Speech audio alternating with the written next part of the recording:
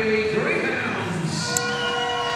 Good morning and a warm welcome from Ice Sheffield as we have the second semi-final of Division 2 Valerie for you. It's the Southern champion Haringey Greyhounds and the North runners-up, the Whitley Bay Beacons.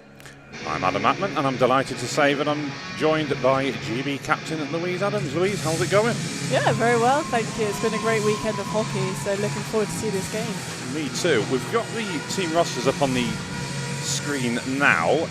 How familiar are you with this Greyhounds team, Louise? I know a couple of the younger ones. I've done some skills sessions with them in the past through the London Capitals. I know that their goalie, Sophia, she's really come on in the last couple of years. So I think she'd definitely be one to watch. Yeah, Jay Jones top scores for this team, 21 points, 13 goals. Tegan Walsh also 21 points, 11 goals.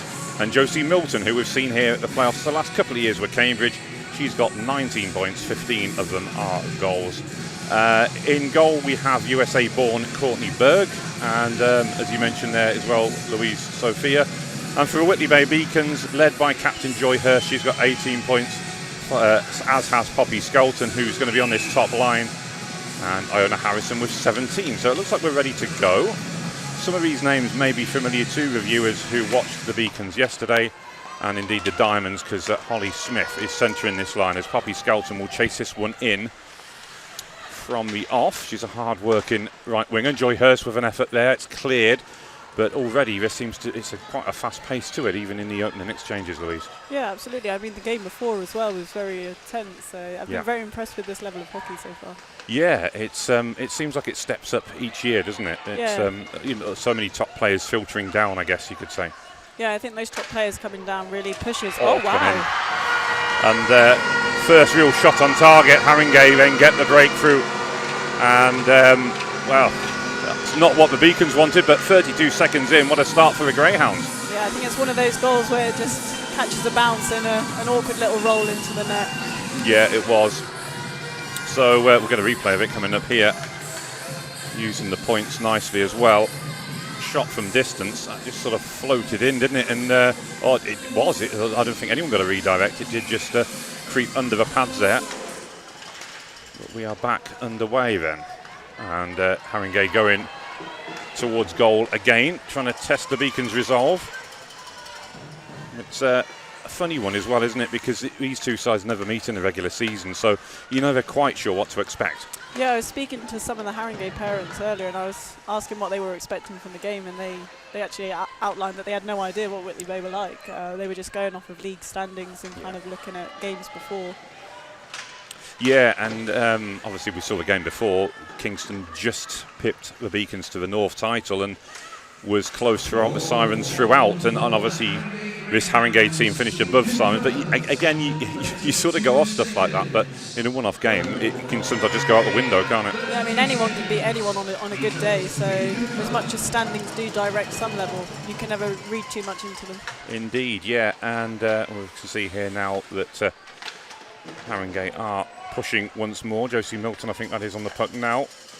Slightly different number to what she wears for the Kodiaks.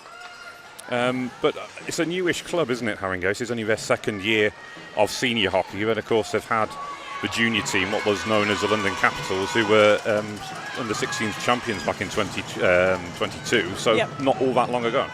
Yeah, I think the reason why they've been so successful as a new club is because they've had that feed through from the under 16s. They're quite a fast team because they've got a lot of youth. Yeah. And they've had a lot of good foundation from that youth team to build on.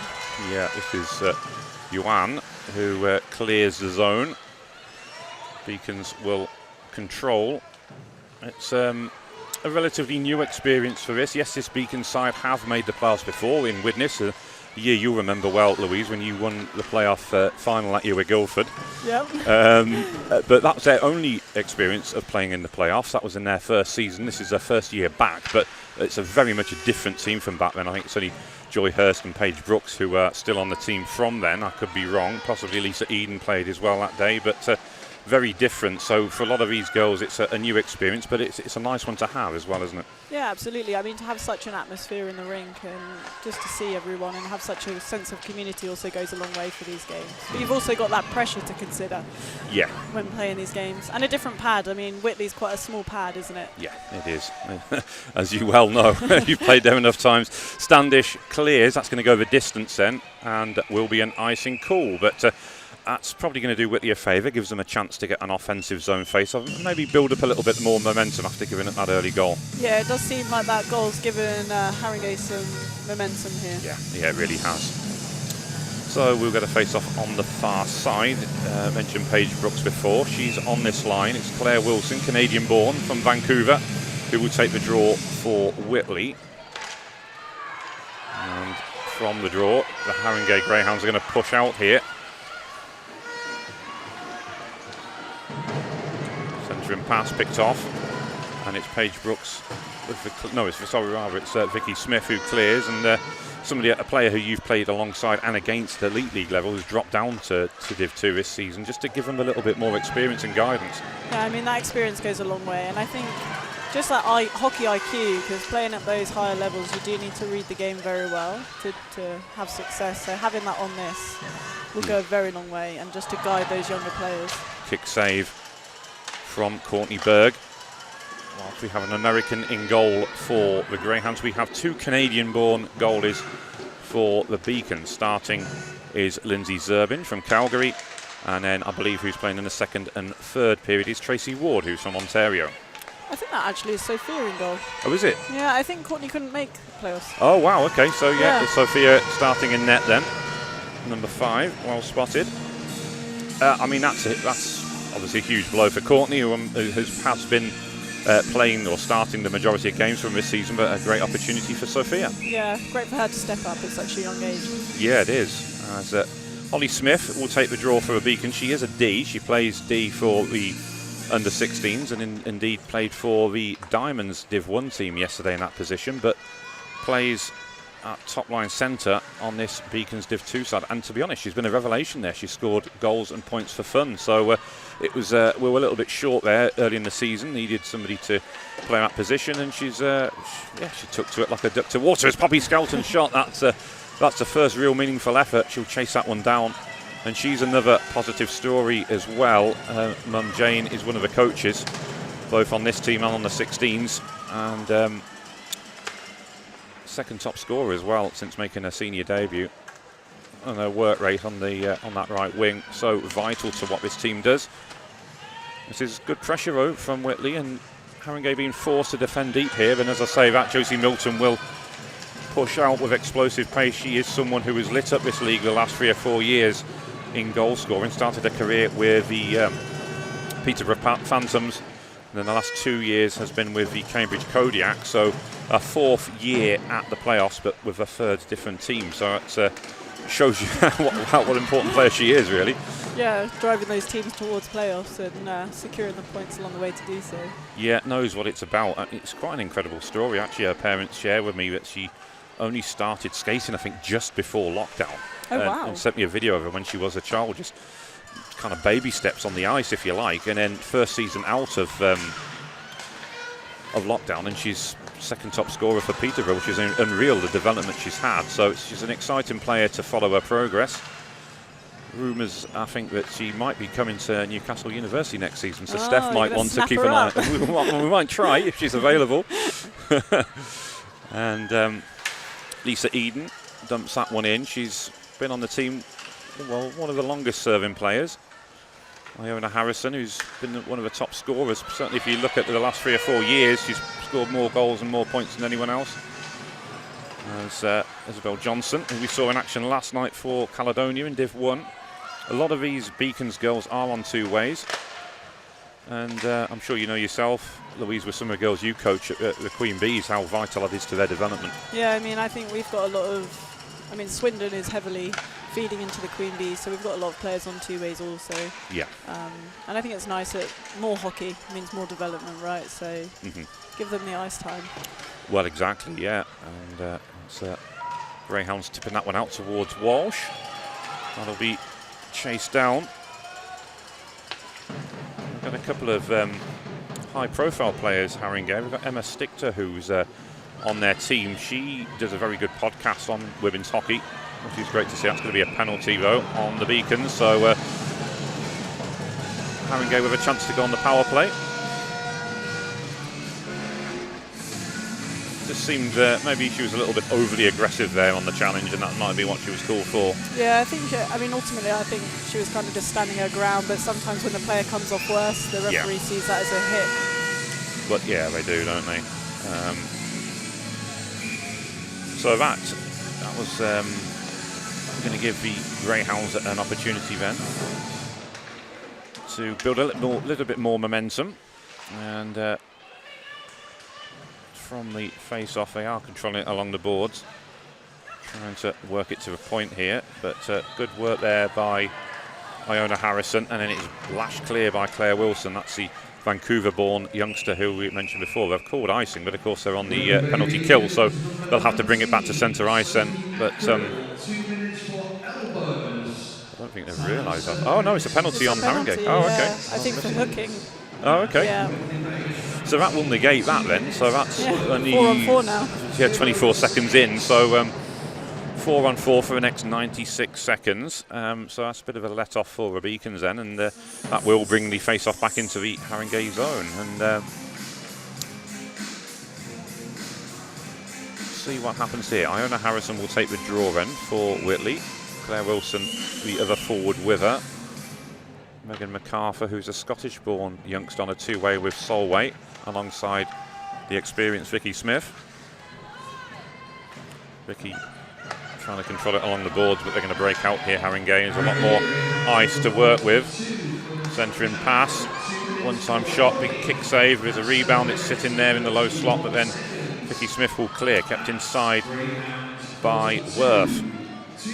Over on the far side, Megan MacArthur tracking it along the way. It's slipped forward but picked off by Vicky Smith. It will stay inside the zone on the far side and controlled by Trodek out of the zone through the neutral zone now. Worth will collect. They'll take their time here just to reset and rebuild. Walsh on this near side. Who, I should say is Tegan Walsh. There's a couple of them on there. The sisters. Oh, they are sisters. I wasn't sure if they were related. You can never assume. Yeah, their other sister Keeley used to play for Guildford. Oh, that's right. Yes, I remember. I do remember Keeley. Yeah. Okay, whatever happened to her? She's playing lacrosse at university now. Okay. I think she'll come back to hockey in some capacity. I just don't know where. Well, that'll be good. Yeah, I mean, lacrosse is something you enjoy yourself, isn't it? Of course. The odd dabble in it. Yeah. You multi-talented athletes. I wouldn't go that far. As that one's cleared, but Whitley will regather then.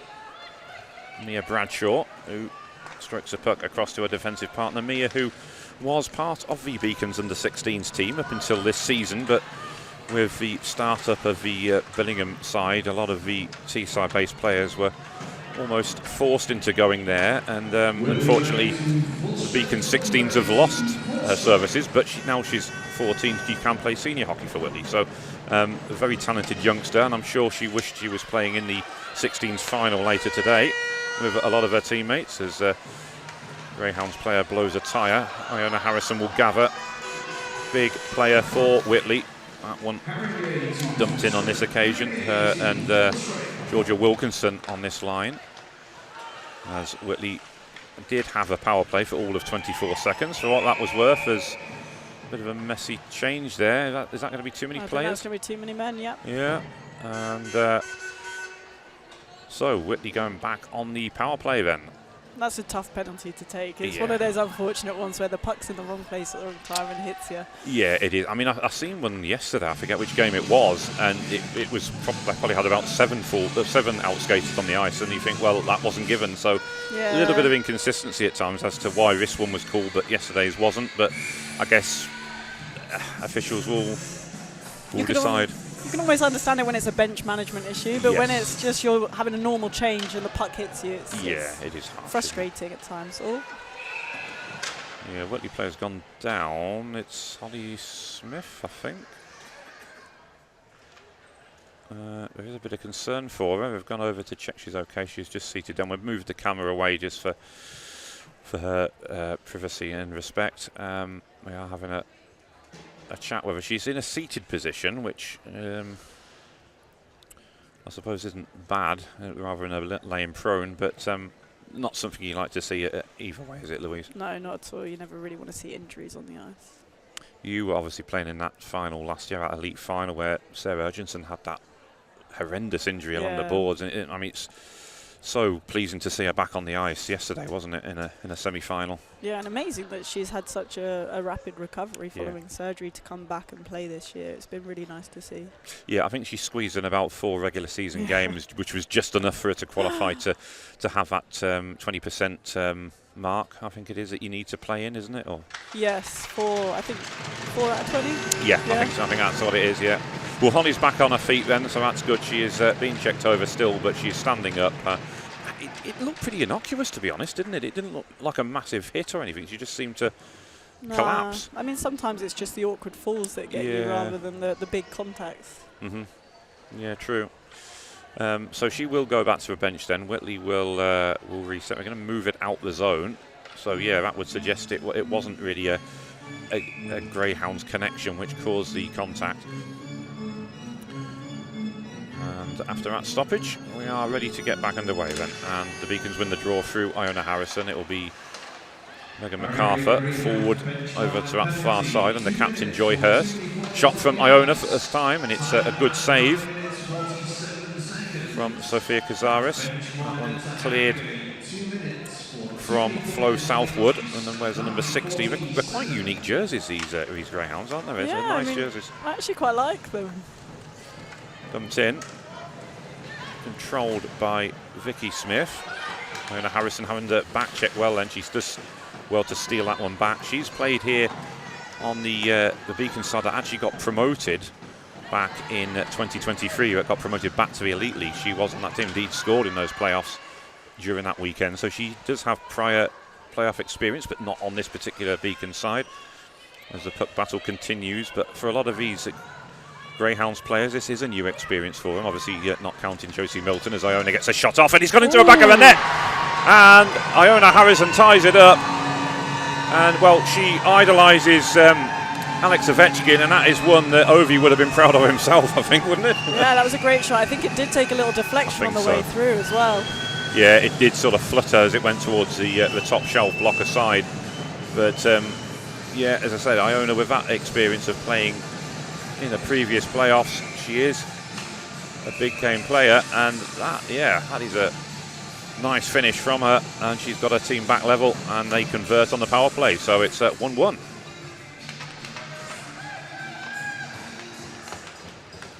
From the draw then, Beacons will regain possession through Lisa Eden. Yeah, I was about to say before Iona's goal that for a lot of these players at Haringey, it's a new experience for them, as that one pops off the shoulder of Lindsay Zerbin. Of course, they did win Division 2 South Elizabeth last year, but there was no playoffs, so they won promotion but didn't have this finals weekend to be a part of.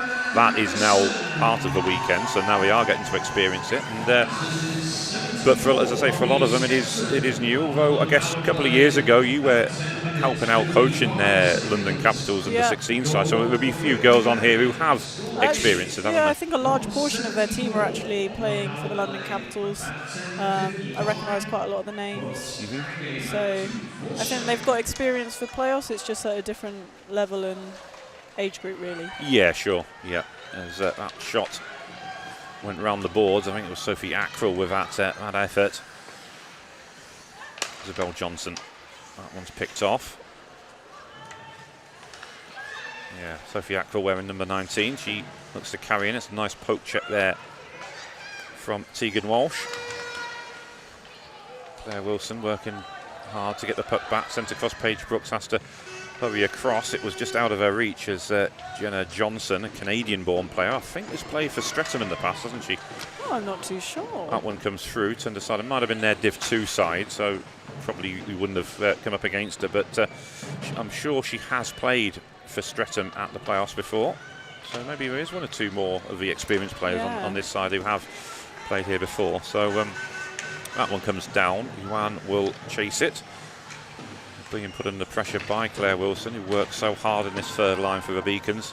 Scored what was an excellent goal this season against Sheffield, which really got the momentum behind this Beacon side for his playoff push. And it was an exciting win in an exciting game, and I think that probably gave them the belief that they could get here. And it's nice to see them back after 4 years away. As I'm going to whistle there.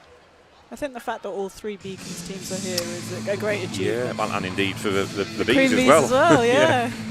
As we get the penalty called then on the Beacons, it's Molly Walker, who's part of their under-16s team as well. So Greyhounds going on the power play, but yeah, I mean, obviously you're part of the 5Es coaching staff as well as a player, well, coaching the 5Es and playing for the Queen Bees, and then you've got the Ice Bees as well. So from a similar point of view, it's fantastic, isn't it? And that pathway, particularly for the younger girls, because they can see this is what we can achieve and aspire to, isn't it? Yeah, and I mean, Aid Wheeler has been doing our Ice Bees this year, and he's been incredible with them.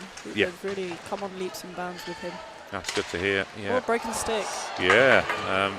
Didn't cause them any problems though. They keep it going, but now they're. What they were saying, she should have dropped the stick rather than carrying it back. So she's going to get a penalty now for illegal equipment. Yeah. There we go. So officials were quick to spot that, and well, once again it negates their power play which they had, and that's this seems to be a common thing going, doesn't it? Yeah, it is a bit. So again, another tough one where if you don't know that rule, it's quite a niche rule to know. And she's young, isn't she? Yeah. So that you can understand why it caught her out a little bit there.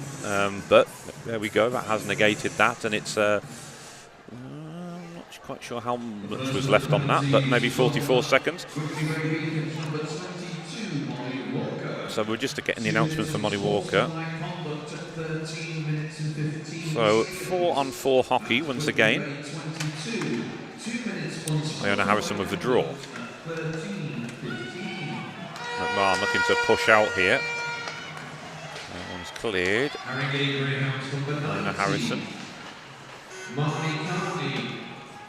There's Megan McCarthy dropped back. She started her 16s career with Whitley. Last season she switched to Caledonia because it was closer to home for her in Motherwell, and also plays seniors with Solway, but has come back to the Div 2 Beacon. She missed it. She enjoys playing with these set of girls, and that one comes in, big rebound. She's made a real difference to the Beacons, and generating a lot of offense from the blue line, carrying the puck up the ice, which obviously is massively important. Yeah, I mean, I think D in the modern game of hockey, it's shifted. It used to be very stay-at-home D as the style, and now you're looking at D's jumping into the play and becoming a lot more offensive. So it's a great skill set to have. It certainly is. I mean, as you know, at the Queen Bees and with GB, somebody like an Abby Sylvester or a Casey Trail, it's they convert a lot of offense. Yeah. As that one's up along the boards. And Vicky Smith will drop back and gather. So Vicky is player coach here, helps out Jane Skelton on this team, and also coaches the 16s with Jane as well. And then both their daughters play on this team and the 16s. So it's a nice family connection there. And Beacon's player losing an edge there. It's Claire Wilson, who's only been in this country a couple of years, maybe 3 at tops, but obviously having started her hockey education in Canada has been an excellent addition in recent years, and as we know, they produce some decent players in Canada, don't they? Not too shabby, yeah. You've got a couple on the Queen Bees team this year, which are new and have made a difference. Des and Stewie, both been very good additions to us this year. Yeah. Going to face off over on that far side then. Greyhounds having to defend in their zone. This time the draw was from Josie Milton. So Beacon's back to full strength then, and it will be a short power play once again, like that last one we had, as fakes a shot there. Just allowed the Beacons to recover. It was Mia Bradshaw who stole the puck from her. Now she's leading the charge into the offensive zone, gets a shot off, but was forced wide and it was blocked. Good defending there by the Greyhounds. Josie Milton up along the boards, battling with Holly Smith. Good to see her back out there and showing no lasting effects from that fall to the ice that she had. Into the corner. Nice little cut back, but Joy Hurst not able to get there before the Greyhounds get a clearance. And comes through the blue paint and back out the other side. Poppy Skelton will gather. And it's always tentative, isn't it, in the first period, because nobody knows too much about the other side. But I guess once it starts to settle down, might open up a little bit, mightn't it, later in the game? Yeah, and I think from a coaching perspective, it's quite hard to prepare. Yeah. Especially, you guys stream a lot of your games, but I'm not sure if Haringey do. Don't believe so, no. So it's a bit of a hidden entity, really. It is a bit. Poppy Skelton just fires over. There's a chance to maybe take the lead. The last time Miss Beacon's side made the playoffs, they come up against a London team on that occasion. That was the Streatham Storm. Whitley, led by Ruby Newlands, went 3 goals to the good, but then Streatham come back to a win 4-3, I believe it was, before losing to the Swindon Top Cats, led by a younger Lily Endicott and Ellie Wallace, as they made their way up to what is now Division 1. It's not really that long ago when you say it was only 4 years ago, but there's been that much hockey played. It feels almost a lifetime ago, doesn't it? I think each season drags on as well. So a little bit, yeah. Season itself feels like a lifetime. Yeah, I can imagine. There's Emma Stichter gets that one away. That's the player was talking about, who does an excellent podcast. Yeah, I've actually been on it. Yeah.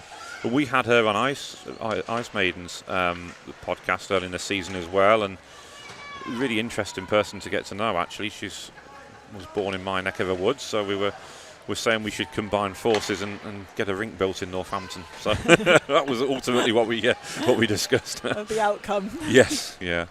But it's surprising for a town that doesn't have a rink of its own. A lot of players do come from that area. Yeah. Yes, Milton Keynes isn't all that far, but it's still far enough. Wan winds one up, helped on its way by the blocker of Lindsay Zerbin. So she's from Canada. She can play D. Indeed, she did play on defence last season, but prefers playing in goal. From Calgary, Alberta, but been living in Teesside for a fair few years now. She's almost a Brit, but with a very strong Alberta accent. Collected by Vicky Smith and cleared. Juan sends it rink wide as Greyhounds in the middle of a line change here. Nice work from Georgia Wilkinson. She's come back this season. She had a couple of years with the Beacons. Took last year off as she was away at university in Nottingham, but has returned this year. Lindsay just watching that one sail by, making sure it didn't creep in. Walsh tries it on the short side, on that blocker side, and again tipped away. Haringey trying to get set. Took a deflection off the skate blade there off Vicky Smith. Could have gone anywhere, but Beacon's just trying to get it away. A little kick will help it on its way, and that eases the pressure. It's dumped back in. Sophie Oxley has a chance to gather, another one of the under-16s graduates from a couple of years ago. Good to see that pathway working, and both the elite team and this Div 2 team really complemented with those players who've come through, creating a little bit of a production line, which is always good. Worth cutting in off that left wing side and gathered behind the back of the net. It's, well, next game after this one is the 16s final, which will be the Whitley Bay Beacons 16s against your Ice Bees. Yes. Louise, that pits you against Steph Towns, doesn't it? I know. Bit. I won't be on the bench though, no. So I can stay independent. Yeah, all good-natured, I'm sure. Anyway, I know you're good friends off the ice as Chandler works it up on this left wing side. But yeah, yourself and Catherine and Chrissy doing a great job on the coaching side as well when you're not playing. That will do it then for the first bit. Quite fast-paced, actually. And, quite evenly matched. It was, considering when a team scores 32 seconds in, you can think, this is only going to go one way. But Beacons have settled down, and as you say, it's been a nice, even contest. Yeah, and I think from the Beacons' perspective, it could be quite hard to come back from a goal that soon on. So it's credit to them to keep grinding and get a goal and tie it all up. Indeed. We're going to take a short break then, be back within around 5 minutes' time, so please don't go anywhere.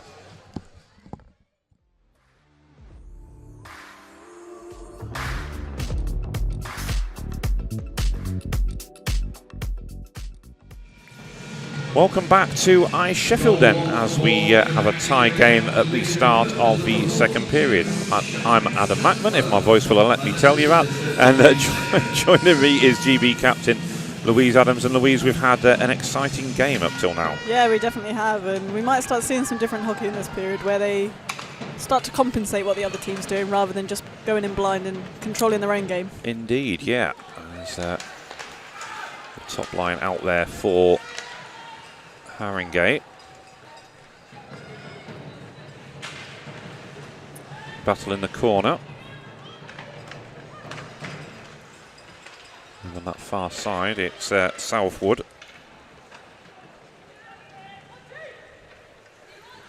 It's quite impressed with the pace of the game earlier on. I think the Slough Kingston game was very close, but it was a much slower pace, whether it was the start of the day. But this one it sort of went all guns blazing, doesn't it, from the first puck drop? I mean, I think also with Haringey, they're a very fast team. That's probably their main strength, is their speed. Okay. Yeah, and obviously quite a young Beacons team generally, so those young ones, they can maintain that speed. They can. Yeah. Yeah, it's a bit of a delay before the face-off, but going back to 2022 playoffs, you must have quite fond memories. Oh, here we go, it's a goal. That was a great play in. Yeah, it was Chandler, I think it was, who put it at home, Clementine Chandler.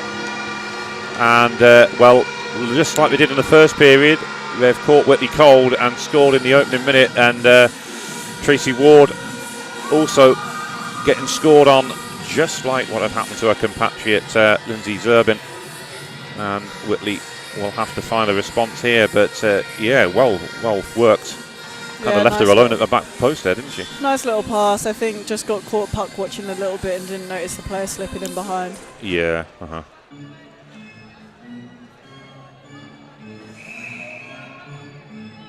So a bit of a personnel change then for Haringey before the puck drop. Who is that a thing with the designated home team having the last change at the playoffs? I guess it's the higher ranked seed team, isn't it? The higher seeded team. Yeah, I mean, typically in hockey anyway, the home team will always have last change and last stick down on face-offs for the most part.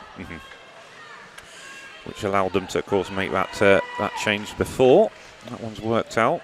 Huge advantage for line matching if you're, if you're looking to do that. Yeah.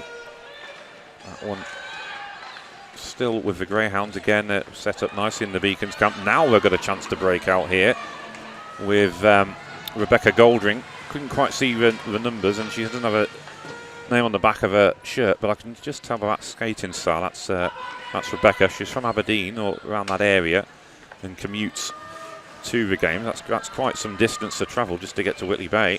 You've got a lot of them coming over the border, haven't you? We have, yes. Although her dad is from England, I think really? I think he is from the northeast originally. So there is that kind of a connection, I guess. But yeah, we've kind of been waiting for her to turn 14 for a number of years now, because she's just been a scoring phenom since she was about 11 years old, and now she's playing senior hockey. It's been fantastic. And although the likes of Evie Tyndale are going to age out this year, Rebecca is expected to take up that scoring mantle. But yeah, we are going to get a penalty, as you say. On Iona for tripping. Yeah, Iona does collect penalty minutes, but she plays with that sort of that fiery edge, which kind of you can't take that away from the game because she wouldn't be the same player. Yeah, I think it was also one of those unfortunate ones. So she just got her stick a bit tangled up trying to get the puck in it. Yeah. But the momentum very much with the Greyhounds then at the start of this period.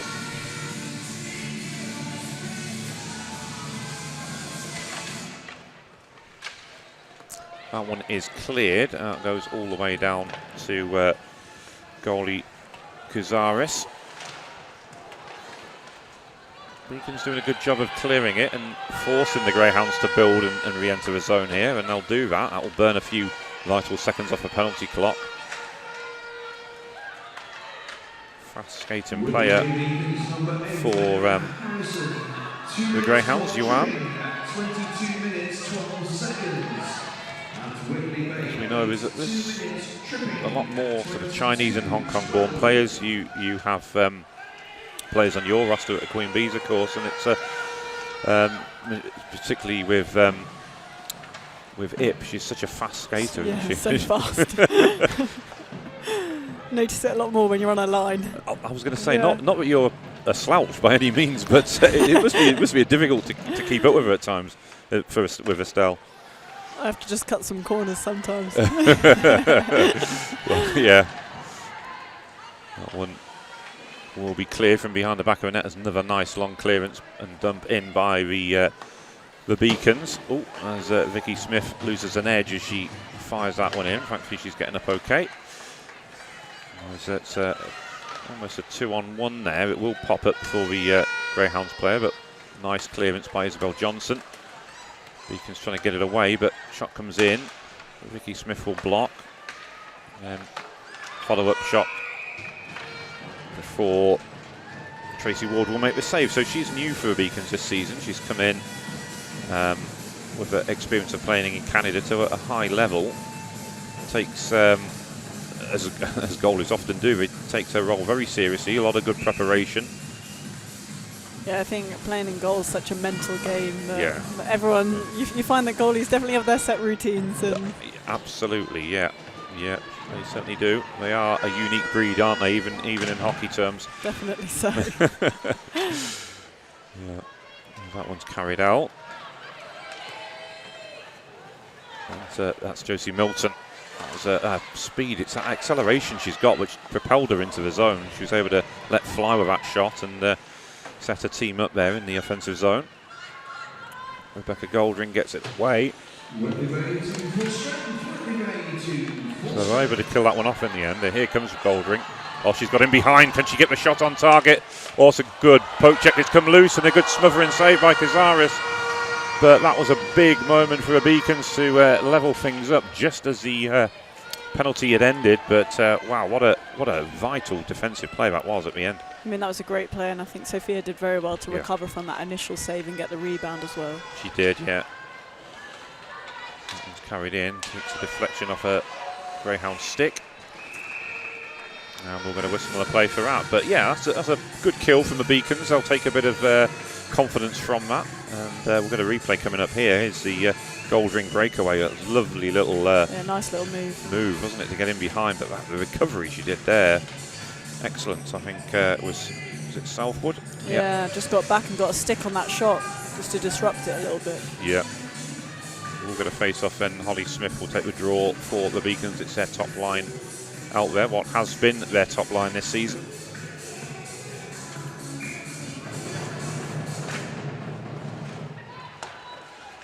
But, obviously you'll be facing the Guildford Lightning later on, or your team will be. I know you're not playing this weekend, but that's the first time Guildford have made the playoffs since you won with them in 2022, so that'd be quite an interesting one. They were here last year. But sorry, in the final. Sorry. Final. Yes.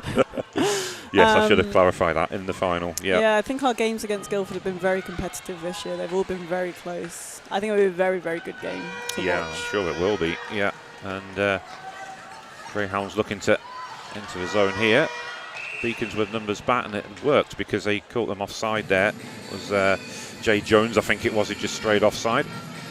You must have happy memories of that playoff win with Guildford, though, back in 2022. I still remember that line that you had with Zora and Beef. Yeah. Or Beth Hill. Yes, Beth Hill, yes. Yeah. No, it was a great weekend, and both of them incredibly talented players to play alongside, which makes hockey fun. I was kind of gutted when Zora went back to Hungary because, I mean, she was playoff MVP that year as well, wasn't she? And top scorer. But I guess that happens when they play on your line, of course. No. But no, the three of you worked so well together, and it was a really fun line to watch as that one goes into the corner. Controlled. As Sophie Oxley doing a good job of keeping her there, not letting the her opponent get away from her, and Sophie does come out with the puck.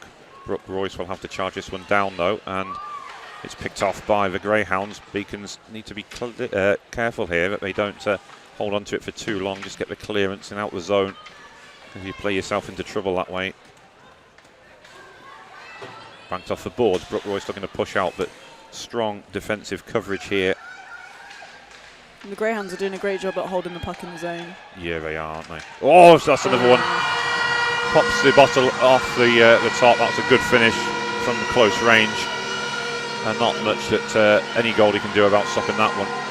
No, that was a great shot from in close. But that all stemmed from what I said before, not clearing the zone, and you invite that pressure onto yourself, don't you? Yeah. It's just making sure that those passes up the boards are clean and making sure that your wingers have support to get the puck out. Yeah, Jay Jones it was who applied the finish. Was, I think, the top scorer last season. And you can understand why. She's such a good player.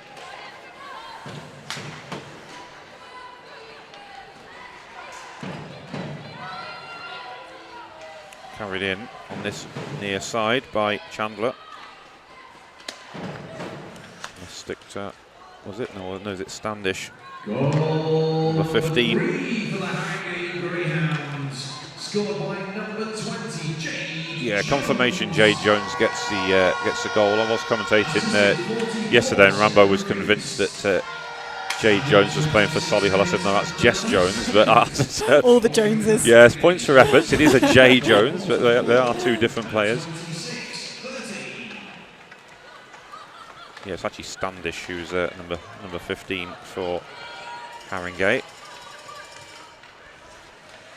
Cleared by Southwood. It will just about creep over that blue line, forces the Beacons to retreat, but it's a close game, Louise, isn't it? Which is pleasing to see, because I know last season it was heavily dominated by the two southern sides. We had an all-southern final, and the two northern sides were very much second best, and it's not been the case this year.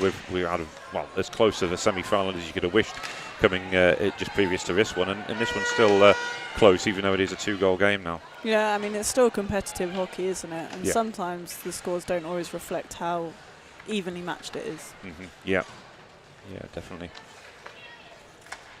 Claire Wilson will carry out, and then nicely controlled by Troadek. Got enough that left wing side now, looking to add to their lead. That was Mary Pomeranz, number 77. Oh, that's trapped under the pad there from Tracy Ward. And it's got to be difficult as well, particularly when you've got to be fair and split the playing time with the goalies. But you know that somebody's playing the first period, and then you're coming in cold in the second. It's sometimes difficult to get into a game. And to be fair as well, Lindsay, I think, despite giving up that early goal, I thought she was playing really well just before she had to come out. Yeah, and I think sometimes with goalies you have to let them build. Yes. And if the goalie can build in confidence into a game, sometimes it's almost impossible to get past them. Yeah, well, that's right. There's like a force field around the goal sometimes. Well, indeed, they played the Kingston Diamonds, who we saw in the previous game 4 times this season, in the regular season.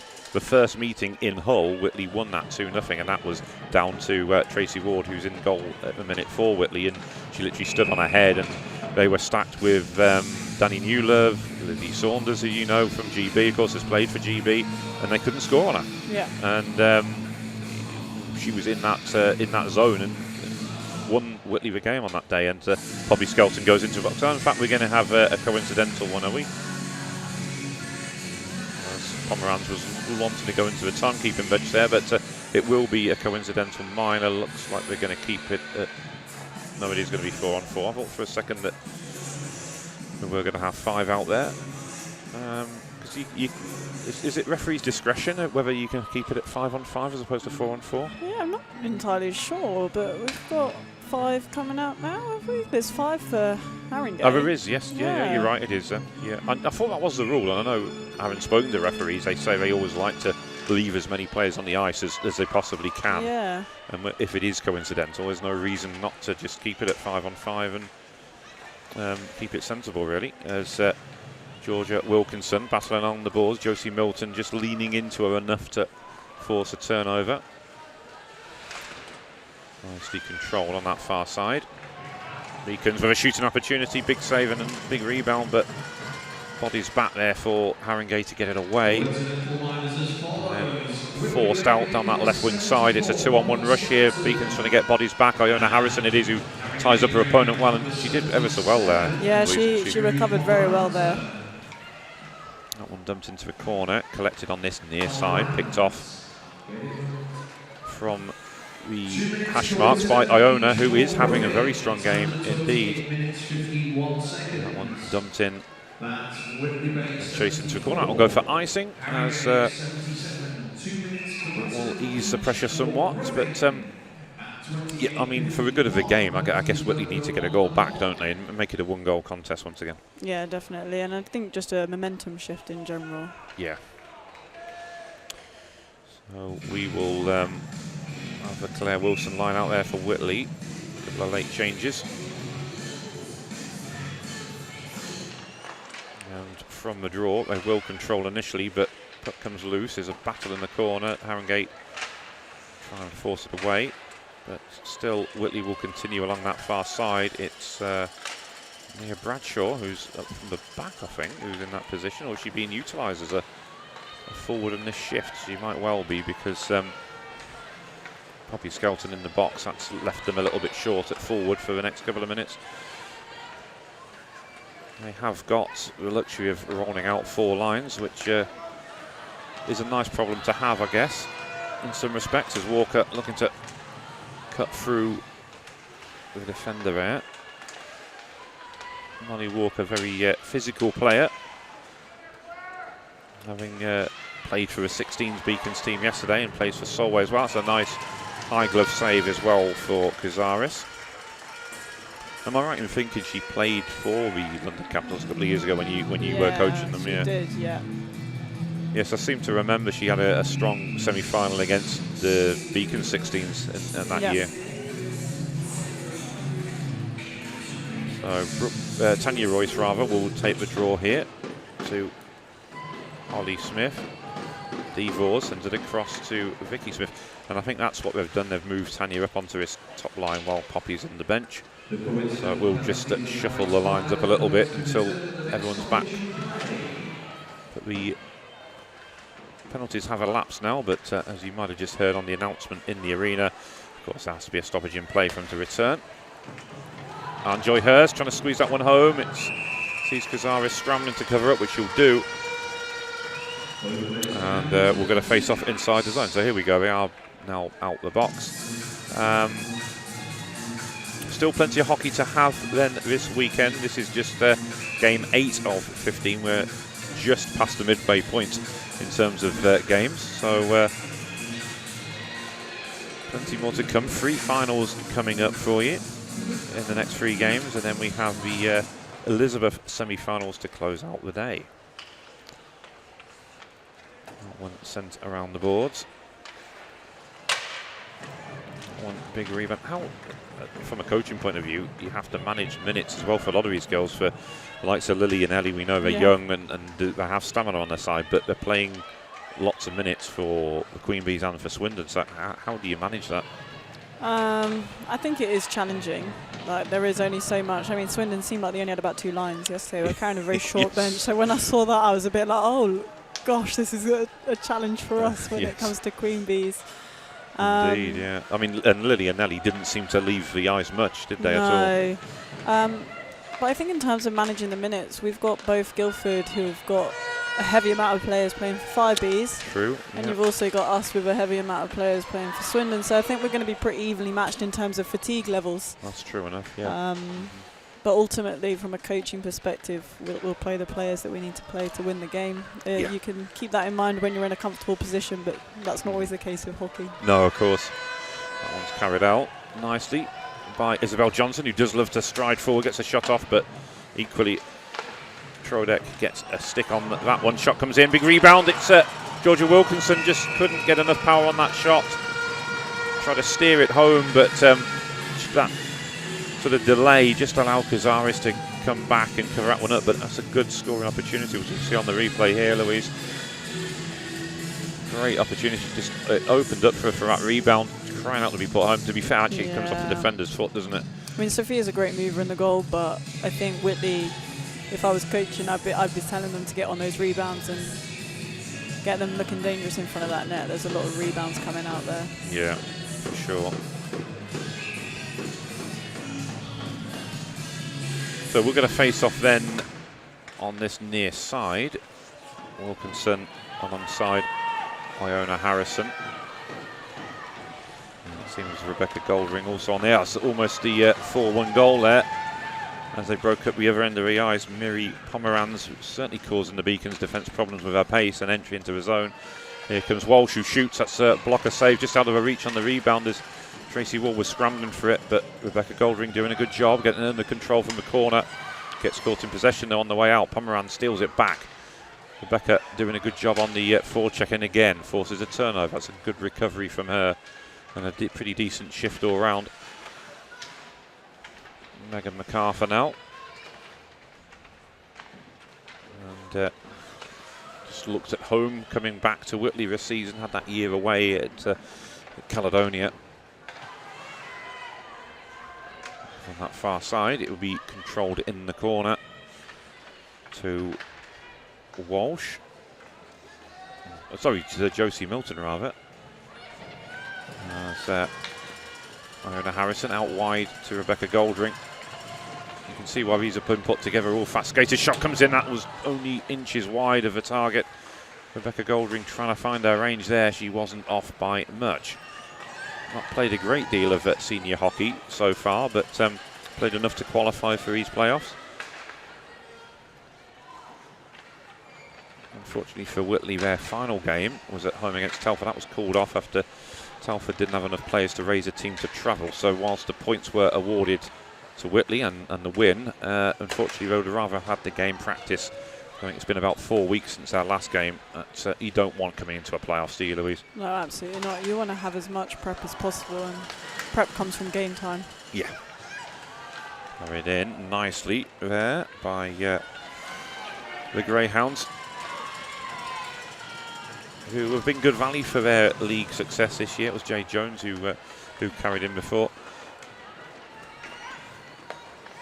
Back-to-back promotions. They will be playing in Division 1 South next year, replacing the Streatham Storm.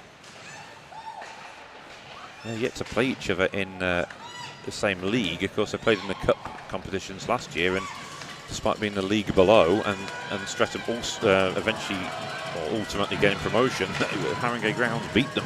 Oh, really? Yeah, they beat them in one game, I think drew in the other, and claimed the cup. Oh, wow. At Streatham's expense, which is incredible, really, when you think of who had on their roster last year at Streatham. And as I say, earned promotion, so no slouches, of course, as Claire Wilson gets a shot off early. That looped up. A little bit unorthodox, but it did the job, and Sophia getting it away and into a safe position, really, wasn't it? Yeah, I mean, sometimes it doesn't always look pretty, but, no, but it's effective. Done, yeah. It's carried over onto this side for Molly Walker, who, as I say, is based in and around the Dumfries area, but her parents from Merseyside. And her mum was dressed up in a massive inflatable puck yesterday. I did see someone with a puck on, and I thought, what's going on there? A puck and a pair of legs, and that's all it was. And I didn't realise who it was at first, and then I heard a Merseyside accent. Yeah, that's Molly's mum, isn't it? That one comes in, and we've got Isabel Johnson's dad dressed up as a seagull today for their coast theme of Whitley Bay. It was the Caledonia Bear last night. As Poppy Skelton will carry forward. Controls on that far side.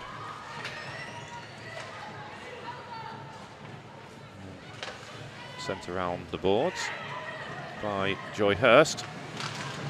Tried to crash that one home. It trickled wide. Could have gone anywhere there. I don't think anyone was quite expecting that shot. So worth an effort. Joy again firing and shooting on sight at every opportunity. Holly Smith just steering that wide, forcing Kuzaris into a flying save, but I don't think she touched it, but it certainly was watching it over. Controlled by the Greyhounds. And Tegan Walsh, the number 25. That one's shot on target, but covered up right at the last minute by Tracy Ward. And it was a nice recovery there. It was, save. Yeah. As we get a replay coming up here. Tegan Walsh, that was the initial effort. Yeah, she's leaning back because that was looking like that was heading in. Yeah. At some pace as well, so she did ever so well to cover that one up. Top line back out there then for the Greyhounds.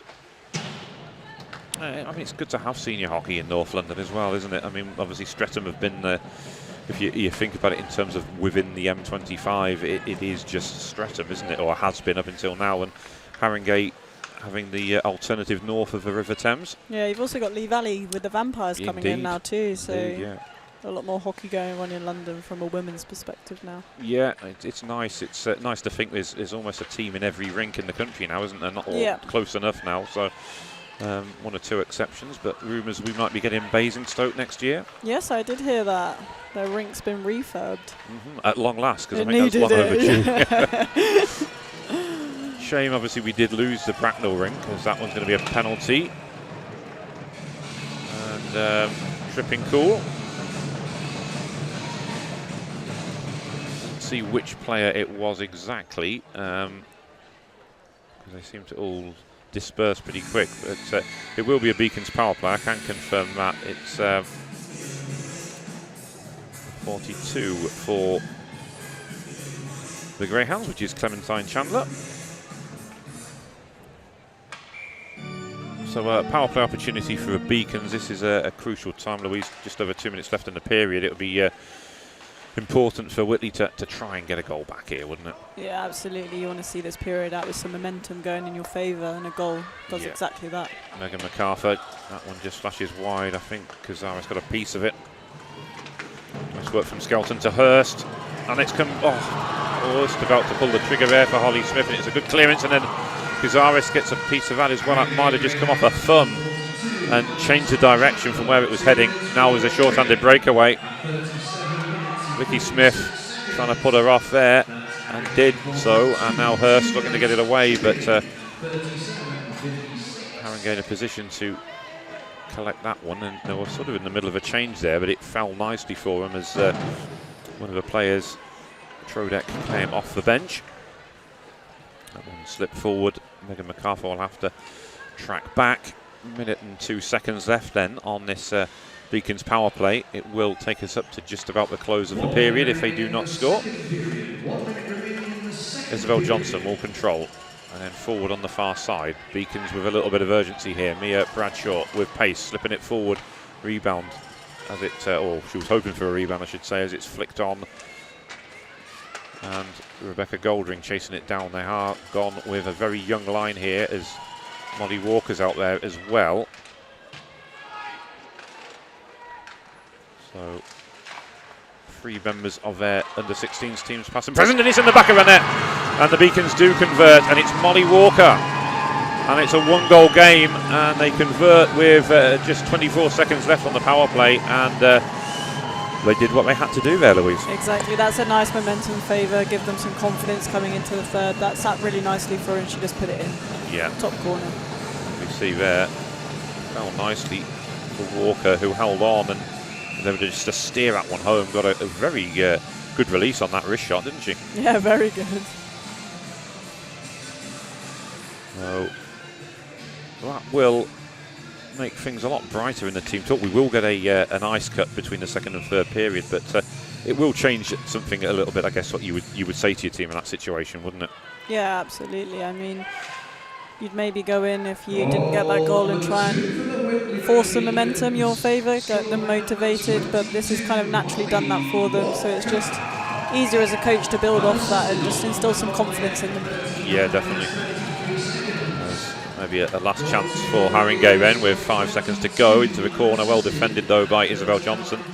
Not the first or last time I'll say that this weekend, as that one is cleared. That will do it then for the period, but look, a 1-goal game, that's all we could wish for right now. Keep it nice and close as we head into the third. Yeah, absolutely, some exciting hockey ahead. Certainly is. Well, as I say, we're going to get a nice cut here, so we're going to take a break. We'll be back with you in around about 10-15 minutes time, so please don't go anywhere.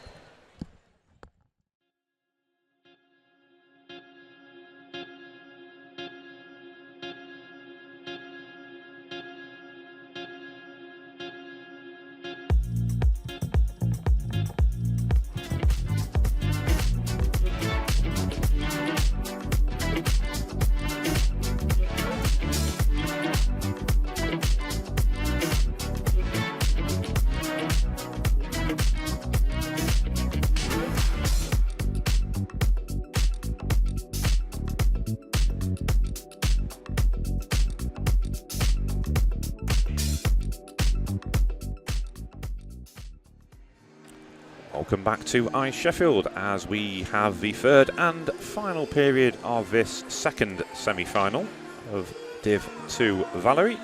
Haringey Greyhounds currently leading the Whitley Bay Beacons 3-2. I'm Adam Atman. Joining me for this one is GB captain Louise Adams. And Louise, it's been a nice close game so far. Yeah, definitely. I mean, I think we'll see a good third period, and hopefully nice and competitive.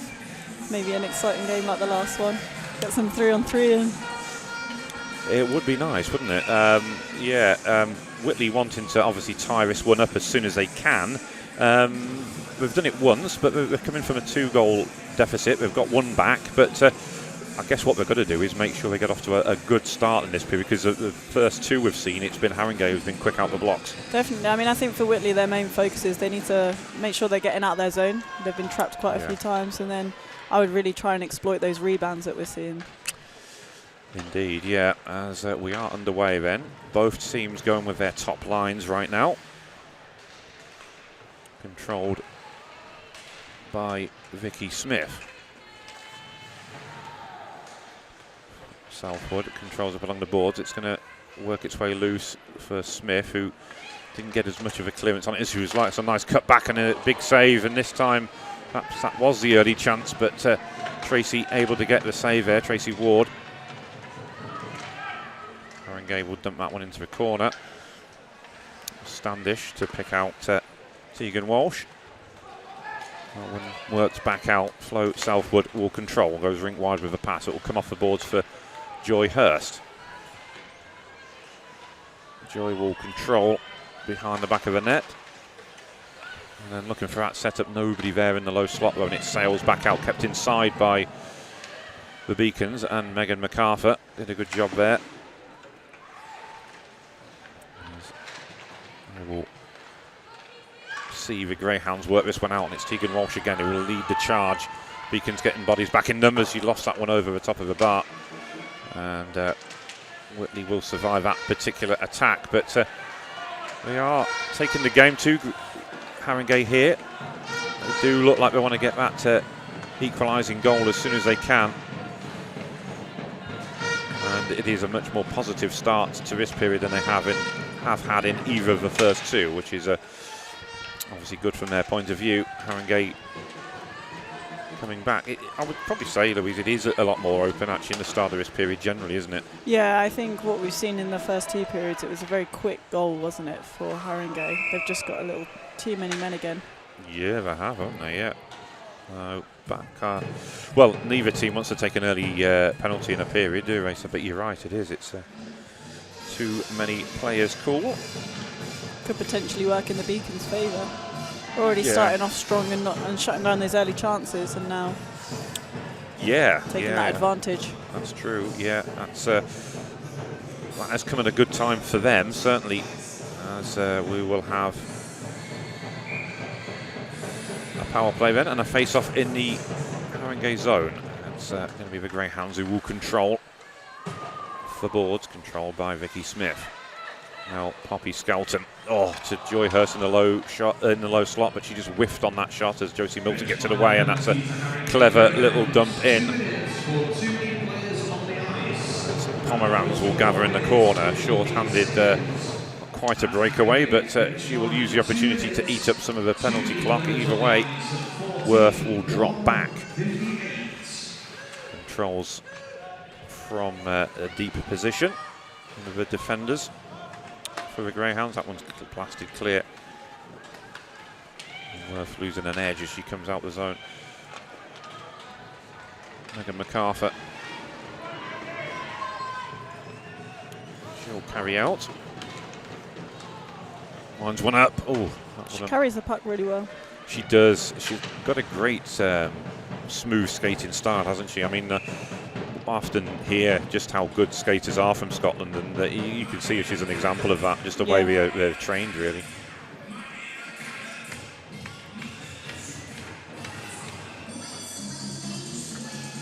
So we get a face-off over on the far side.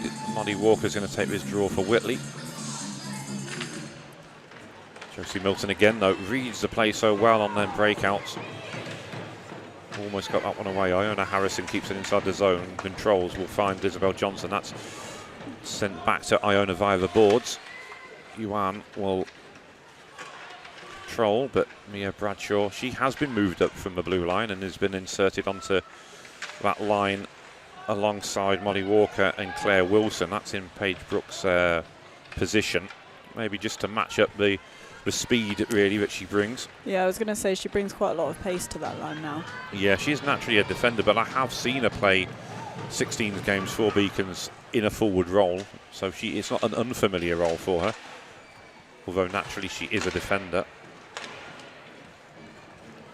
That one brought across. Standish controls, but Iona nipping away at her heels like a pesky Yorkshire Terrier. And Isabel Johnson couldn't get there in time. Josie Milton does such a good job. Didn't quite get it out the zone that time, but she's actually playing really well on this penalty killing unit for her. She's providing a lot of pressure up top. It's quite an aggressive kill. Yes, it is, yeah. Always looking to get that break on, and an explosive pace that she's got. You can understand why. That one brought out by Jay Jones. That one controlled. But out the zone, and Poppy Skelton using her burst of speed to get in onto that one. I call her the Durham Dynamo. She's got a great engine on her that motors up and down that flank and works so hard. Rambo called her a sandpaper type of player that every team needs, and a dad messaged in and said that he thought it was great. Yeah, she's been one of the real success stories, having come through the 16s team, and say second top scorer on this team this season. Slotted onto his top line perfectly, and really such an ideal fit for any line that you'd want her on your line, because she works so hard and always looking to make that pass. Very unselfish player. That goes a long way. It does. It's carried up on this near side here for the Greyhounds. Joy Hurst not quite able to get on that to clear. Kept inside the zone well by the Greyhounds here. It's Jenna Johnson who actually led in, the Fin number 57. That's a Canadian-born player we were talking about earlier, who previously had some time with Streatham. Streatham have a lot of international players coming through. I think with London being such a hub for work. Yes, it's certainly an advantage for them, isn't it? For work or for university, they sometimes get an international student in, don't they? It's a luxury that they've got over some teams, but I guess in the same sense, they might not last more than a year or two. You don't know from one year to the next what your team's going to look like. Yeah, you don't have as much stability. As quite a high turnover in players for them. Yeah. Yeah, I mean, I guess Queen Bee's based in Slough. You have got the option of enticing them, but for the very same reason, you'd rather keep a core group, wouldn't you? Like veteran forwards like yourself, like Catherine Gale, and previously Rachel Cartwright and Chrissy Newman, as we're going to get a penalty here, because you're familiar with one another and you know you're going to be there from one year to the next. Yeah, and I think consistency goes a very long way in terms of lines and matching people that play well together. It's hard when you have to change every game and adapt to different playing styles. Yeah, for sure. So that will be Rebecca Goldring who's gone in there. It's Emily Duffy's father who's in the penalty box. Each club has to provide somebody, don't they, to operate the gate. So Emily Duffy, who did play on this team last season, now part of the Beacons elite squad, elite roster, but also part of their 16s team. So she is representing the other two Beacons teams this weekend, but not this one. As that one's cleared by Tegan Walsh. So power play opportunity for the Greyhounds then. There's been a few for Whitley, mostly with those bench minors, but for too many players. Tegan working into some space. Iona Harrison picks that one off. Forward to Isabel Johnson. Wilson hurrying up the puck handler there with a good forecheck, and back the other way will be the Greyhounds. And it's a short-handed breakaway here with Claire Wilson. The defender comes across. She opted to shoot early. It's a big rebound, but she smothered it up and maybe rushed the shot, maybe had a little bit more time, or do you think that the recovering defender was what she was mindful of? I think it's hard, like when you're playing, that pressure seems so much closer when you see them out the corner of your eye. But yeah, I mean, from an objective point of view, she probably could have taken a few extra strides and taken some time to pick her spot. It's easy for me to say that up here, of course, because you've got a split second to make them decisions, isn't it? And you're making the best decisions ever up here. Oh, I don't know about that. Maybe I'm my choice of co-commentator, but that's about it, as that one is cleared all the way down the other end of the ice. But yeah, nice to get the band back together. Of course, we did commentate together at the playoffs a couple of years ago. I know you were very busy last year playing, and of course we worked together on the Olympic qualifiers for GB. Yeah, lots of commentating together now. Yeah, always good to work with you. Likewise. As it's controlled on that far side, and then shot from distance. Jay Jones it was. I say she top scored last season.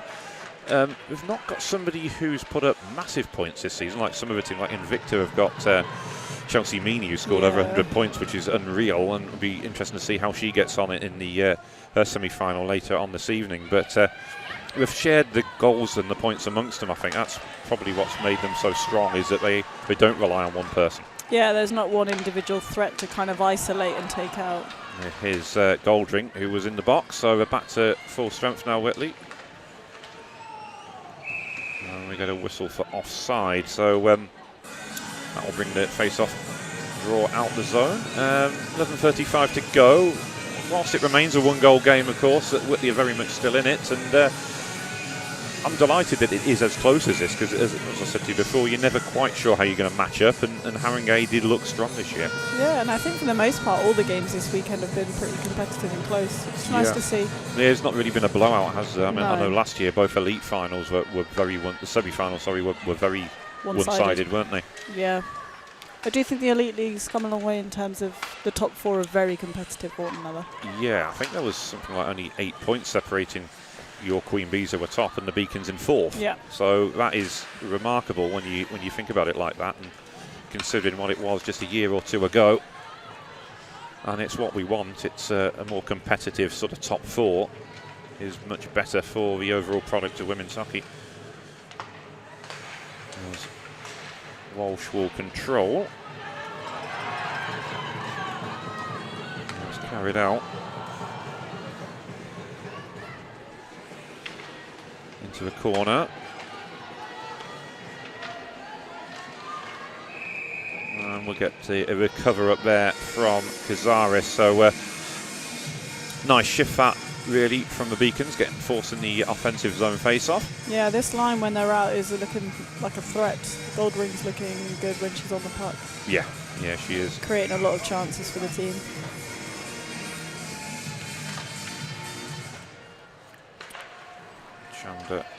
Southwood rather, sends it around the boards, picked off by Joy Hurst.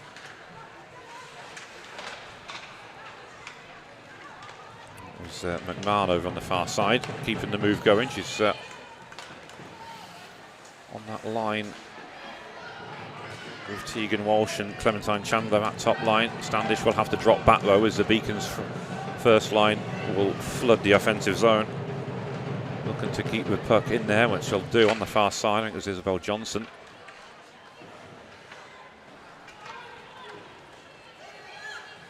It was Devors actually. It was 88 rather than 68. As they'll look to counter here, but Holly Smith, who's reverted back to a more defensive role, is yours. No, I think she's sitting deep. Just playing centre. Yeah, she's just centre, and she's gone that deep. As I could see her mum was on the ice as well. It's quite a nice transition from D to centre. It's quite similar roles in terms of the defensive zone. Well, because you have to have that defensive responsibility anyway, don't Absolutely. you, to help out and drop back. And, have to be very two-way. Yes, and you are a perfect example of what a two-way player should be. As we've seen many years in the league, it's been a joy to watch you play. As Poppy Skelton gets a shot off, almost gets a shot off, but it was a nice poke away. Again, yeah. Southwood, yeah, she did well actually, because Poppy's a fast skater when she gets into full flow like that. Claire Wilson, tipped on by Walker, that'll be chased down on that far side. A lot of energy from this line. Claire Wilson's also an official. I've seen a ref and do the line at games. I think she may have done a few when we were up. Yeah. Very confident young girl as well, as a lot of North Americans tend to be, don't they? We seem to be a lot more reserved in this country. She's a similar age to my own daughter, who actually turned 18 yesterday, but she's so quiet and reserved in comparison. It sometimes just blows your mind when you talk to someone of her age, yet Claire is so confident, and it's like talking to an adult at times. But there's a nice little plug to say happy 18th birthday to my daughter for yesterday. Wishing her a big happy birthday. Yes, thank you. We will have a face-off on this near side. Claire Wilson to take the draw. Bradshaw to her right and Walker to her left. And it is, we said before, since adding Mia to this forward position, it has made a difference to the line.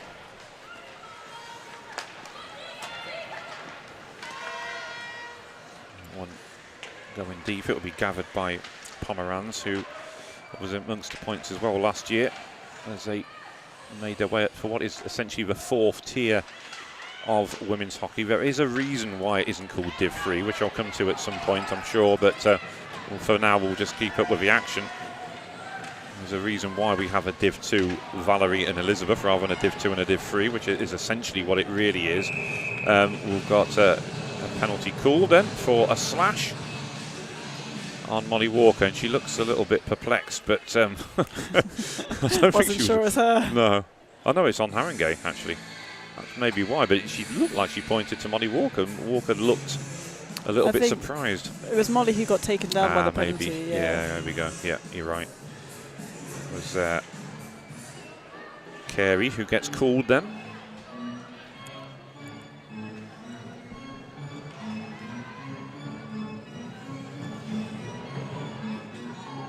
So, power play opportunity for the Beacons, and with just under 8 minutes to go, it's a good opportunity for them to try and get that equalising goal, isn't it? Yeah, absolutely. A goal now would make a huge difference to this. Yeah, that one goes into the corner. It'll be gathered by Bradshaw, accelerating away.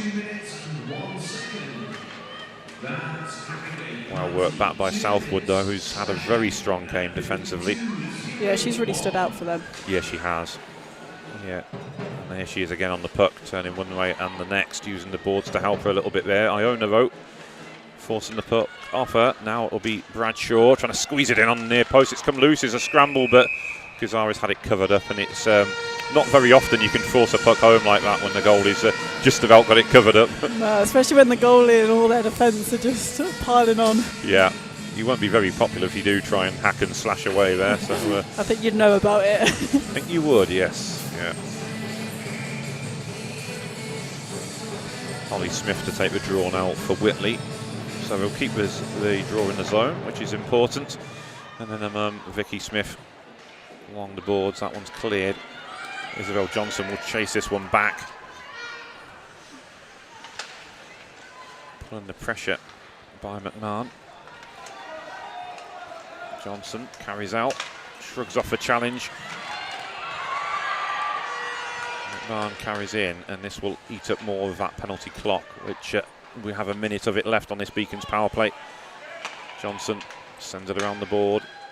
Oh, that has come out. I was thinking she might have just kept it in on the far side there, but it has cleared the zone. Blasted clear. Holly Smith. That one's sent across to Megan MacArthur. Drop pass to Poppy Skelton. Sent it in on net. Rebound, but it was put into a safe place for Cazares. And she's so good at doing. Now we have a break on for the Greyhounds, but it's 4 against 1 in the Beacons' favour here. And in the end, they do just crowd it out over on that far side. That will allow the Greyhounds to make a change, though, which is important. Almost time for them to go back to full strength. They've got 5 seconds left to kill off here as the Beacons giving it one last push, maybe just to get into the zone. Harley Smith carries in. Needs a bit of support, though, but I think Whitley also in the middle of a change. Mia Bradshaw's going to have to get back quickly, but will come out the zone. But Beacons with a chance to build again. Bradshaw. using that speed to get into his zone. But, well controlled on that far side. That's a beautiful pass then forward. Opportunity to maybe get a shot off, but I tell you what, the Beacons did well to get bodies back there, because it looked almost like a breakaway opportunity. Yeah, I mean, Yami read that pass really nicely to then Yeah. feed it through. Yeah, she did. Controlled by Southwood again. She's not left the ice much today. No, she's getting some heavy minutes in for sure. But you can understand, though, if you've got a top D like that, you're going to want to utilise her, aren't you? Yeah, and I mean, even if she gets beaten, she recovers so well and quite often gets a stick on it just to disrupt the play. Yeah. One comes through. Now back comes Claire Wilson. Little poke check, but she rode that challenge and gets in behind. Needs a passing option. Oh, there's too much mustard on it. And Walker was waiting at the back post, but just too heavy for her to control. McMahon sends it in on net, helped on its way by Tracy Ward. Controlled on the far side now. Scary it was, but getting bodies back. Mia Bradshaw trying to push out. It is pretty much two-line hockey now that the Beacons and indeed the Greyhounds are playing, which is, I guess, normal, isn't it, late in a playoff game like this, and it's a one-goal game at that. Yeah, in a close game, I mean, you cut the lines from the Haringey perspective for game management and just trying to have that defensive mindset, and then obviously Beacons pushing for that goal. Yeah, indeed. That was cleared. But there's a chance here, maybe. Oh, just wide. I thought I was on target for a second there. But good opportunity that for Clementine Chandler. That was a great chance. On that far side, it's going to be controlled by the Greyhounds. Again, ripples the net on the outside. Devors will control.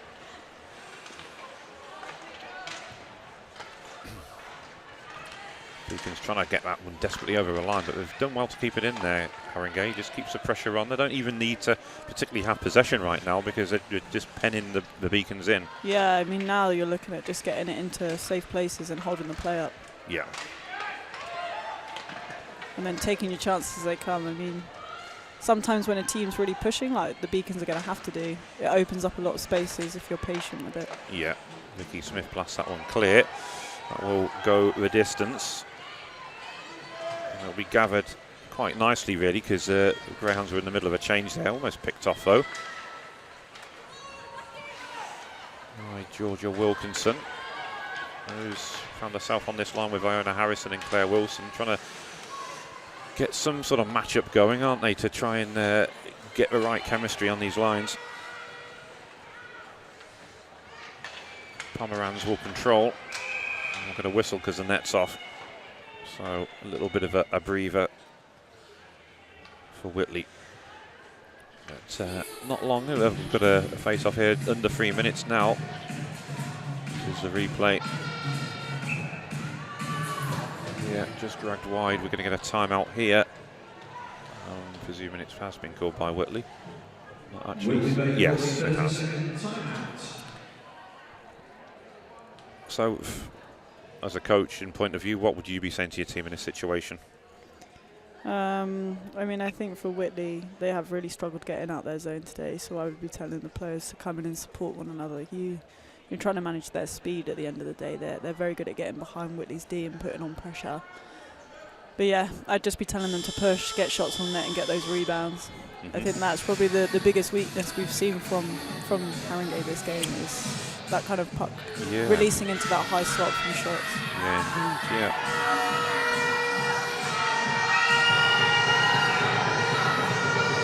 We shall see, as we're going to face off inside the Beacon zone, which they'll have to defend first, more than anything. But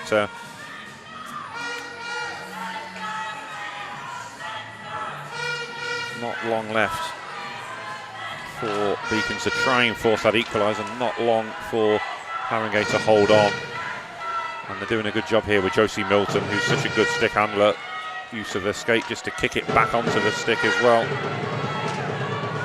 her reactions as well, how she thinks at that speed's quite impressive for me. Yeah, absolutely. And, quick reach there by MacArthur, gets it back under control. Now she'll look to carry out. This is what she's so good at. This is a real strength of her game here. Rise a few challenges, and then in the end it's Southwood who comes across once more. Collected at centre red by Vicky Smith. Sent across to Holly Smith.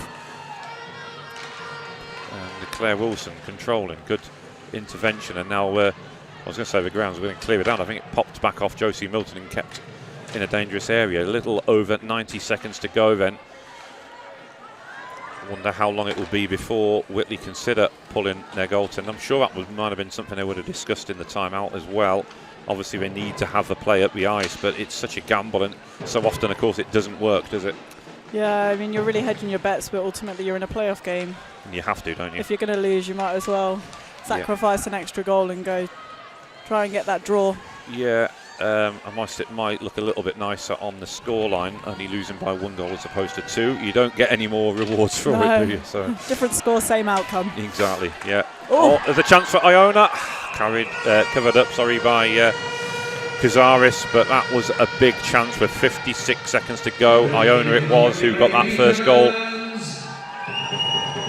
Got a replay of it here. Hard work to create that opportunity as well. Yeah, definitely. It was just one of those ones that potentially if you got a bit of height on it, it might have just beat the goalie up high. Yeah, indeed.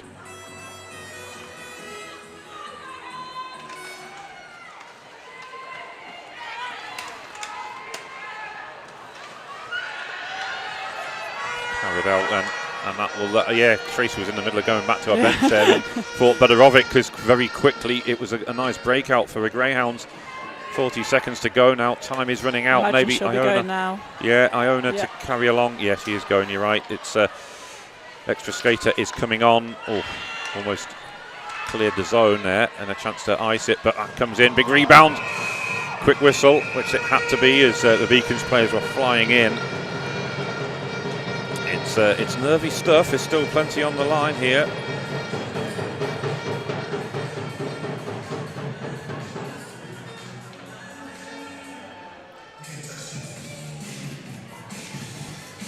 But, getting the replay of it there then. Time running out if we are to get overtime. Chance to break out here, but the puck goes all the way around the boards. That will allow the Beacons to get bodies back. 10-11 seconds to go though. Really does have to be desperate play here. Goldring, 4 seconds to go. They need to shoot the puck, and she will, but it's not going to be enough. And the Haringey Greyhounds go into the final. Congratulations to them. And I think given their reaction, they know they've been in a tough game here. They've had to work for this. Yeah, absolutely. And I think they've done very well given how new they are as a team. I think it is a massive achievement. Yeah, it is. It really is. I know within the camp at Whitley, they knew it was going to be a tough game. As they were Southern champions, they were expecting a very, very tough game. And I think ultimately they can be proud of their performance. Yes, it's not been the right scoreline for them, but a 3-2 defeat against the champions of the South, who were overwhelming favourites coming into this game. That's a really good response from them. Yeah, I mean, as a team, obviously it's always a sore spot to lose, but when you know that you've competed, it does make it a tiny bit better. It does, yes, indeed it does. Handshakes are going to get underway now. This is where I usually ask you, Louise, who impressed you today? Who do you think might get player of the game for both sides? I think for me it would be Southwood for Haringey. At least that would be my personal opinion. I think MacArthur standing out for Beacons, but also the other Scottish girl, number 49? Rebecca Goldring. Yeah, she was very good. Obviously, Iona had that great goal, but I think those two consistently provided a threat. Yeah, you're absolutely right. I wouldn't argue with that at all. I think they're very, very good and obvious selections. I think you mentioned it yourself, how I said Southwood's name a lot during commentary. So she'd been on the ice a lot and seemed to always be there to to clear the danger and make life difficult for the Beacons forwards. Yeah, absolutely, and I think she made smart decisions on the park, which is so vital as a D, because you're under such high pressure, and turnovers are obviously a lot more damaging within your own defensive zone. So Yes. she managed that threat really well, and like we said, recovered from mistakes. Yeah, we really did. We know the lineup for tomorrow morning now, that it will be the two champions meeting, Haringey and Kingston. Having seen what we have this morning, how do you think that one will play out? There's not much between any of the four teams, is there, really? Absolutely. I mean, I think it's going to be very close. I'm not sure I could predict a winner. Yeah, that one could actually go over distance, couldn't it? We could have extra overtime, rather, and penalty shots. As we saw in the first semi-final, this one wasn't far off heading that way itself. So we, as is traditional, you get the leadership group, the captain and the two alternates will wait quite close to where they have a presentation to congratulate the other player of the game, which is always a nice sporting thing to see. So we have the MVP or Player of the Game awards coming up first, and then as we've seen throughout the rest of the weekend, we will see the championship medals and caps presented to Haringey for winning the Division 2 South Valerie, and then they'll get the trophy as well. But yeah, I mean, I'm really impressed with the standard of the hockey we've seen in Div 2. It's last season again, much like the Elite, there were one-sided semi-finals, a Southern dominance as well, but the gap's closed in that year, hasn't it? Massively. As Iona Harrison's got the Player of the Game award for Whitley, I should just say. Congratulations to her. But you sense the gap has changed, and even in just a short time. I think I obviously don't get exposed to this hockey much, in terms of I don't get to watch it very much. We don't have it in, well, we have the Slough Sirens, but in terms of we don't have it within the Queen Bees. So I think I have a reference point for it from playoffs. And the step up from last year to this year has been significant. Yeah, it has. And again, I mean, if it wasn't going to go to Flo Southwood, it probably would have gone to Sophia, who has put in a great shift and made some outstanding saves, hasn't she? Yeah, absolutely. She had some great recovery saves on rebounds there. Yeah, so well done to her and to Iona.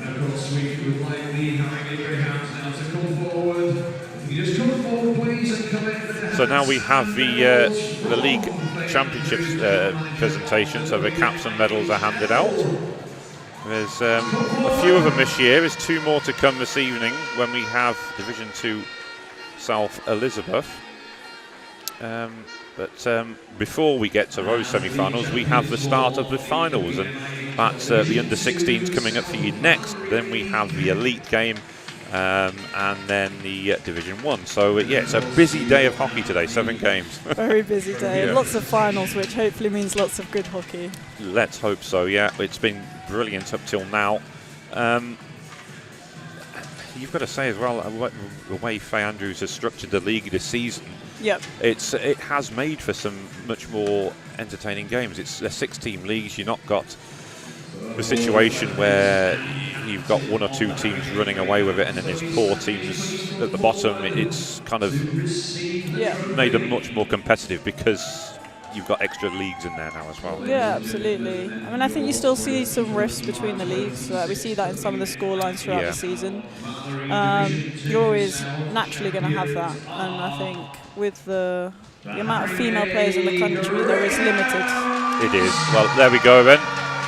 The trophy taken to the huddle, and congratulations to him once again. That is back-to-back titles. What money would we get on them making it 3 in a row next season in Division 1 South? But that's going to be a heck of a lot more difficult. It'll be a big push, a big push.